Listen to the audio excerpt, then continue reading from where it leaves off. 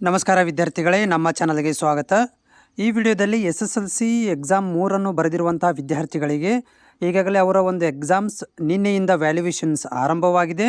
ನಿನ್ನೆ ಒಂದು ದಿನ ಕಂಪ್ಲೀಟ್ ಆಯಿತು.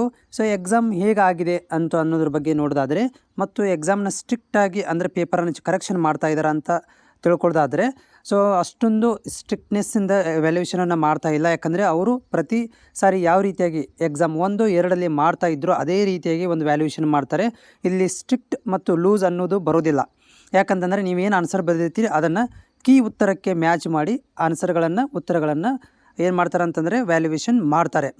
ಸೊ ಇಲ್ಲಿ ಇನ್ನೊಂದು ಪಾಯಿಂಟ್ ಏನಂತಂದರೆ, ನಮ್ಮಗಳಿಗೆ ಗ್ರೇಸ್ ಮಾರ್ಕ್ಸ್ ಏನಾದರೂ ಸಿಗಬಹುದಾ? ಯಾಕಂದರೆ ನಮ್ಮದು ಒಂದು ಸಬ್ಜೆಕ್ಟ್ ಮಾತ್ರ ಉಳ್ಕೋದೆಲ್ಲ ಪಾಸ್ ಆಗಿದ್ದೀವಿ ಅಂತಂದರೆ, ಸೊ ವಿದ್ಯಾರ್ಥಿಗಳು ನೋಡಿರಿ, ನೀವು ಈ ಮಿನಿಮಮ್ ನೀವು 20ರಿಂದ 25 ಅಂಕಗಳನ್ನು ತೊಗೊಂಡು ಪಾಸ್ ಆದರೆ, ಸೊ ಅಲ್ಲಿ ಮುಂದೆ ಏನಾದರೂ ನಿಮಗೆ ಗ್ರೇಸ್ ಮಾರ್ಕ್ಸ್ಗಳನ್ನು ಕೊಡುವಂಥ ಚಾನ್ಸಸ್ ಇದೆ.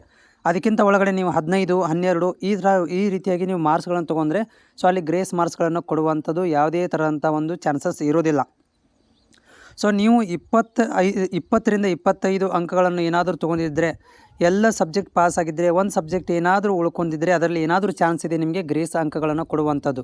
ಬಿಟ್ಟರೆ ನಿಮ್ಗೆ 6 ಸಬ್ಜೆಕ್ಟ್ಗಳು ಕೂಡ ಗ್ರೇಸ್ ಮಾರ್ಕ್ಸ್ಗಳನ್ನು ಕೊಡುವಂಥ ಯಾವುದೇ ಥರದಂಥ ಒಂದು ಗೈಡ್ಲೈನ್ಸ್ ಕೂಡ ಇಲ್ಲಿ ಬಂದಿರುವುದಿಲ್ಲ.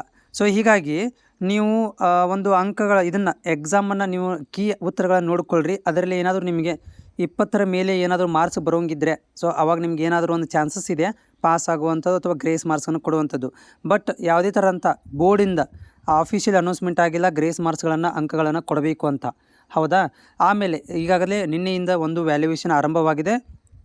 ಅತಿ ಬೇಗನೆ ನಿಮಗೆ ಏನು ಮಾಡ್ತಾರೆ ಅಂತಂದರೆ ಈ ಒಂದು ರಿಸಲ್ಟನ್ನು ಕೊಡ್ತಾರೆ. ಯಾಕಂತಂದರೆ ಮುಂದೆ ನಿಮಗೆ ಎಜುಕೇಷನ್ ಮಾಡ್ಕೊಳ್ಳಿಕ್ಕೆ ಸಹಾಯವಾಗಲೆಂದು, ಈ ಒಂದು ಎಜುಕೇಷನ್ ಸಹಾಯವಾಗಲಿಕ್ಕೆ ನಿಮಗೆ ಅತಿ ಬೇಗನೆ ಒಂದು ರಿಸಲ್ಟನ್ನು ಅನೌನ್ಸ್ಮೆಂಟ್ ಮಾಡುವಂಥ ಸಾಧ್ಯತೆ ಇದೆ.